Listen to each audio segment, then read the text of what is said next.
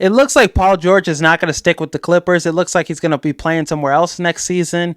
I feel like if they were going to get an extension done, it would have been done already. It doesn't seem like they want to give him that max, which doesn't make sense because they're in a position where they're forced to give him and Harden deals because that's really all they can do with how their cap space looks and all they gave up to get both players. But Paul George, some teams that are interested in him, the Pacers, Orlando Magic, the Thunder, the Sixers, and the Knicks. I think the top three destinations for Paul George, the Knicks, the Sixers, and the Pacers. The Pacers one is really interesting because look how good the Pacers are doing this year. I think if you could get Paul George without having to give up Miles Turner, that could be really interesting. Maybe TJ McConnell, Obi Toppin, the Walker guy that you just drafted this year, and picks. Probably Benedict Mathurin is probably going to have to be in that deal, which I think if the Pacers can keep those four guys, Turner, Halliburton, Siakam, and Paul George, that would be a nasty team. And then they're really deep on their bench, so they can keep, maybe Obi Toppin doesn't have to be in that deal. Maybe keep him. But Paul George going back to Indiana with that big three and Miles Turner at the center position, that would be really fucking scary. I think the Pacers team, they already look pretty good. They have one of the best, they play at the best pace in the NBA. And game one of the Knicks Pacers series, that game was fantastic. Siakam has been playing great. Miles Turner has been playing great. Halliburton has really been up and down. But adding Paul George to the mix, more scoring, helps them defensively. They need to be better defensively.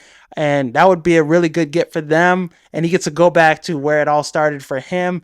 He might still have some ill feelings, towards Indiana still, how things ended. But him over there back in Indiana, that team would be scary. I also like the Knicks because like how the Knicks have looked this year, they could possibly go to the Eastern Conference Finals, maybe Finals with how they're constructed right now. How their role players are playing, Josh Hart, DiVincenzo, the Villanova boys, they're playing really well.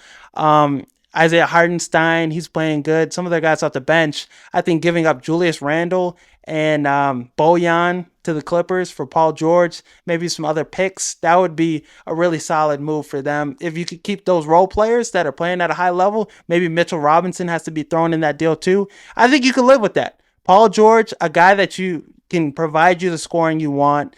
If your role players continue to play like superstars in the playoffs, Paul George, him putting up those stinkers, it won't even matter. As long as Paul George can give you like 2 or 3 great performances in the playoffs in the series, the Knicks can go far with that. Paul George being, the co-star, the Robin to Jalen Brunson. Jalen Brunson is a killer. He's a guy that's going to give you 40 a game in the playoffs, what he's done this year in the regular season, MVP candidate, and in the playoffs. He's the number one option, and he's reliable and healthy too. So it's not a Paul George and Kawhi situation where they both can't be healthy and reliable. So Paul George would fit in really well with the Knicks and their culture.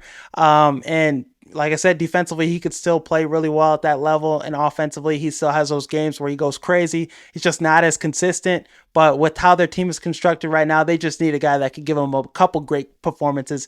Paul George won't have to dominate every game in the series for them to go far. So I think the Knicks is a great destination. Might be the best destination for Paul George this offseason. Philadelphia is a good spot for him too. But I think how that big three would look, Embiid, you can't rely on him to be too healthy in the playoffs. Maxey is still ascending and getting better and better.